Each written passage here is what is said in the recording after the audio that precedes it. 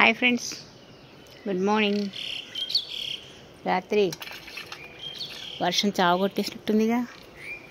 ఇక మా దొండకాయలు పాప మా చిన్నమ్మాయి లండన్ వెళ్ళిపోయితే దానికి అన్నీ ఊరగాయలు పెట్టించాను. ఆవకాయ, మాగాయ, మాగాయ, కారపొడి, కందిపొడి అన్నీ చేశాను. అదేంటో అమ్మ దొండకాయ పంపించవా అని అడిగింది. సరే, దానికోసమని దొండకాయలు కోస్తున్నాను. అతను 8వ తారీఖున వెళ్ళిపోతాడు మా అల్లుడు. సరే, తనకు ఇష్టం కదా అని, ఎందుకు దొండకాయ ఇష్టం దానికి పంపమంటుంది. సేమ్ దొండకాయ కూడా మన మామూలు ఆవకాయలాగే వేసుకుంటాము కొద్దిగా. దానికోసమని కోస్తున్నాను అనమాట. లేతగా ఉంటే ఇంకా బాగుంటాయి.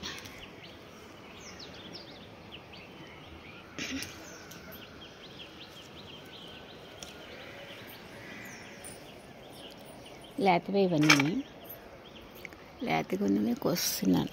వస్తాయేమో 1/2 కేజీ దాకా రావచ్చు అని నా ఉద్దేశం.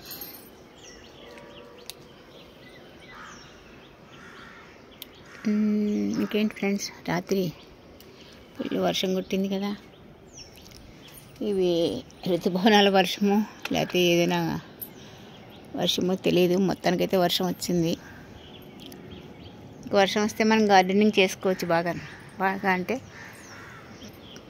కట్ చేసుకుని ఏమైనా విత్తనాలు నాటుకుని కొమ్మలు నాటుకుని అలా చేసుకోవచ్చు.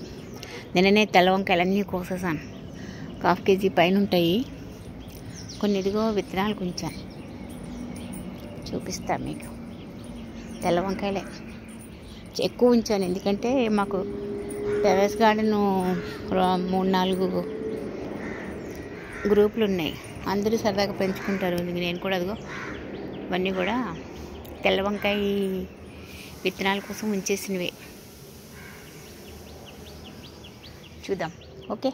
ఓకే ఫ్రెండ్స్, ఈరోజు నా వీడియో దొండకాయలు.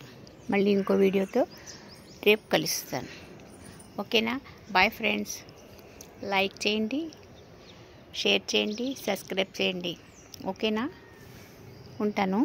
మళ్ళీ ఇంకో వీడియోతో రేపు.